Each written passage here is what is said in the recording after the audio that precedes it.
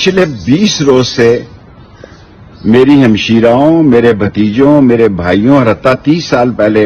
مری ہوئی میری ماں کے گھر پہ پولیس مسلسل چھاپے ماری ہے اور میری والدہ کے گھر کو بھی توڑ پھوڑ دیا ہے۔ میں ملک میں نہیں تھا، اس کے باوجود میں نے 9 مئی کے واقعے کی مذمت کی اور میں پاک فوج کو عظیم سمجھتا ہوں اور پاک فوج کو پاکستان کا محافظ سمجھتا ہوں، لیکن میں بزدل نہیں ہوں۔ میں دوستی اور دشمنی قبر کی دیوار تک نبھاؤں گا۔ 3 آدمیوں کو انگیج کیا گیا ہے مجھے ختم کرنے کے لیے۔ میں قوم کو بتانا چاہتا ہوں کہ میں اپنے دفاع کا حق رکھتا ہوں اور میں نے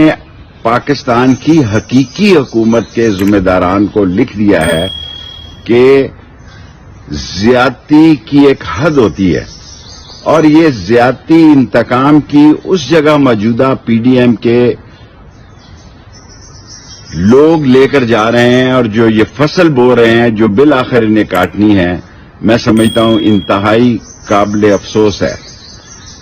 اور میں صرف ایک ٹویٹ دے رہا ہوں، میں پچھلے 20 دن سے کسی چینل پر بھی نہیں گیا، اور اگر میرے ٹویٹر سے آپ اتنے خوف زدہ ہیں تو جب تک میں گرفتار نہیں ہوتا یہ ٹویٹر جاری رہے گا۔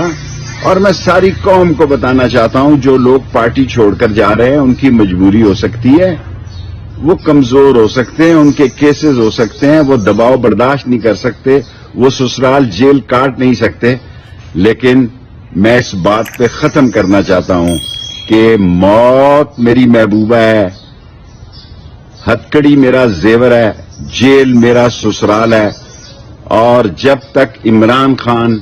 یہ لڑائی لڑ رہا ہے اس کے ساتھ کھڑا ہوں۔ جب وہ اقتدار میں ہوگا مجھ پر کوئی ذمہ داری نہیں کہ میرا کردار کیا ہوگا، کیونکہ میں سچ کا، حق کا اور کالا کالا رسول اللہ کا جھنڈا بلند رکھوں گا، بے شک میری جان چلی جائے۔